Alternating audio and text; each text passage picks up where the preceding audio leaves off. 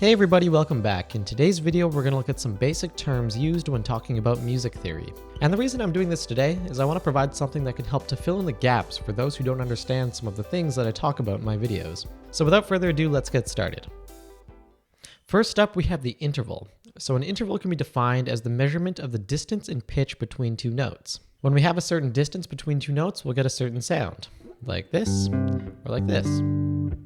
Generally speaking, intervals can be best thought of in relation to major scales, which have 7 notes or scale degrees. And from these 7 notes, we can get a variety of distances, most commonly ranging from 1 through 7, though we can also get distances such as 9s, 11s, and 13s. In any case, when we're measuring an interval, independent of the scale, the most important thing is simply the measurement of distance between one note to another. For example, if I have a tone that is 2 tones away from my starting note, I'll have what's called a major third. Conversely though, if I have a note that is a tone and a half from my starting note, that relationship will always be called a minor third. And on that note, when it comes to intervals, we have a few different modifiers which we can attach to label a sound. This comes in the form of major, minor, perfect, augmented, and diminished intervals, though most commonly you're just going to run into major, minor, and perfect intervals. So when it comes to perfect intervals, we usually talk about these in relation to octaves, fourths, and fifths. Basically these specific sounds that I'm playing right now.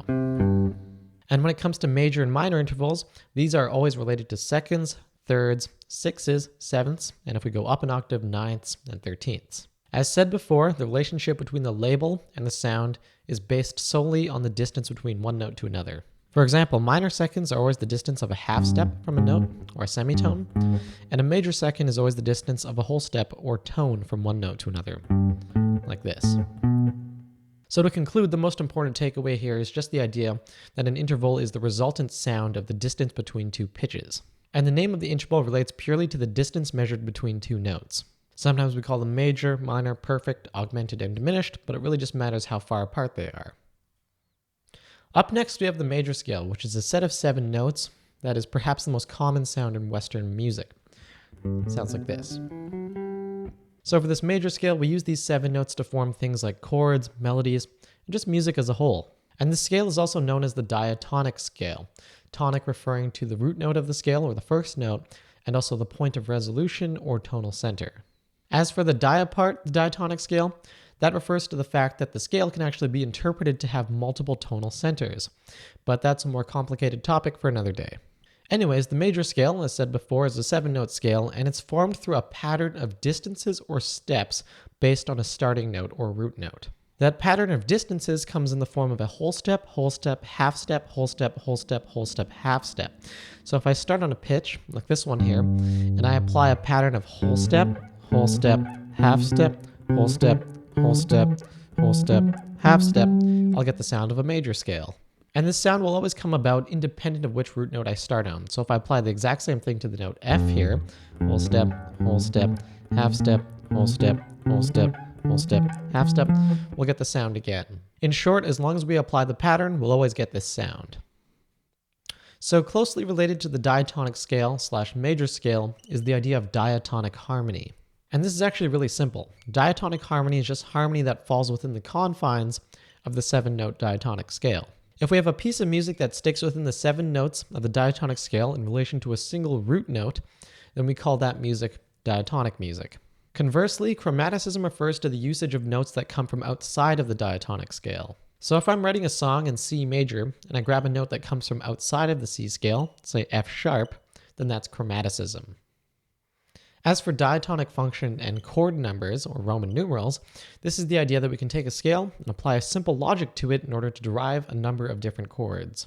The logic works like this. We take each note in the major scale, starting from 1, eventually moving through to 7, and we grab every other note until we have a minimum of 3 pitches, then we'll get a grouping of 7 different chords.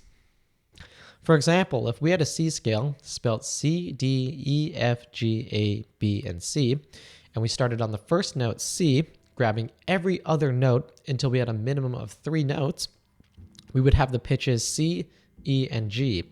And if you put those together, playing them all at once, it spells a C major chord. If we move on to the second note in the C scale, which is D, and we apply the exact same process, grabbing every other note until we have a minimum of 3, we'll have the notes D, F, and A, which spells a D minor chord. So if we work it all out, we'll have these 7 chords, and I'm playing in the key of A as an example. Major, minor, minor, major, major, minor, diminished, and then back to major again, which is the root. And when it comes to numbers, each one of these chords can be assigned a Roman numeral, which just tells the musician where the chord falls within the confines of the 7 chords of the scale. For example, in the key of A, the 5 chord would be assigned a Roman numeral of 5, since it's the 5th chord of A major. Anyways, there's quite a lot of detail to this diatonic function thing, so if you're curious and want to know more, then I recommend that you check out my video on diatonic functions. Okay, key is very simple, and it's just a term that's used to identify the first note in the scale, or the pitch that is the root pitch or tonal center within a scale system. For example, a C major scale is in the key of C, since C is the first note of the scale, and it's the root pitch. C is the most stable pitch in that system, and all of the notes eventually want to return to C. A pentatonic scale is a 5-note scale, which is a major scale or minor scale devoid of semitones. For example, if we took a C major scale, and we took away the notes F and B, which create the semitones, we would have a C major pentatonic scale. Triad. A triad is a 3-note chord, which is formed on the basis of starting with a root pitch and grabbing every other note until you have a minimum of 3 notes. It's exactly what I talked about earlier in some of the previous segments. For example, C, E, and G is a triad. So an extended chord refers to a triad that has additional notes added to it. And to form an extended chord, all you have to do is continue the process that was used to form a triad. However, instead of grabbing a minimum of 3 notes, you can grab, say, 4 notes, 5 notes, or 6 notes. For example, if we took that C chord that I've been playing, and we grabbed another pitch, we'd have this sound here, which is a C major 7. Or if we grabbed another note, we'd have this sound here, which is a C major 9. Also, closely related to that, I should say that when we grab notes that come from beyond the octave, instead of referring to these pitches again as 1 through 7, we refer to these as 9s, 9 also being a second, or 11s, 11s representing fourths that go beyond the octave, and 13ths, which represent 6s that go beyond the octave. So for example, in a C major 9 chord, the 9 is actually a second, but it's coming from beyond the octave, so instead of calling it a second, we're going to call it a 9th.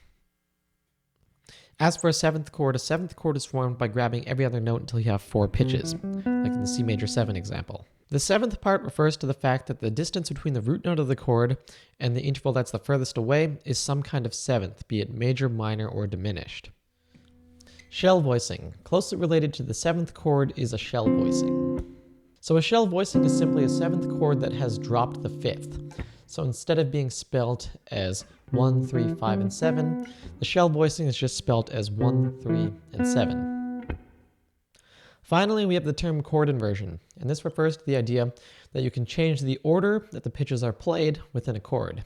For example, a C chord is normally spelled as C, E, G, and we call this root position when the root is in the bass.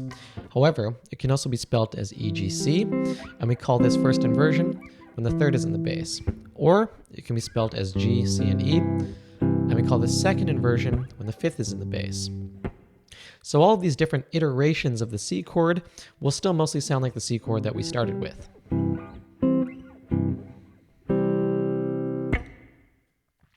Alright folks, so there you have it. Hopefully that cleared up a lot of things. If you like this video, then please make sure to like, share, and subscribe as I put out a new video every single week.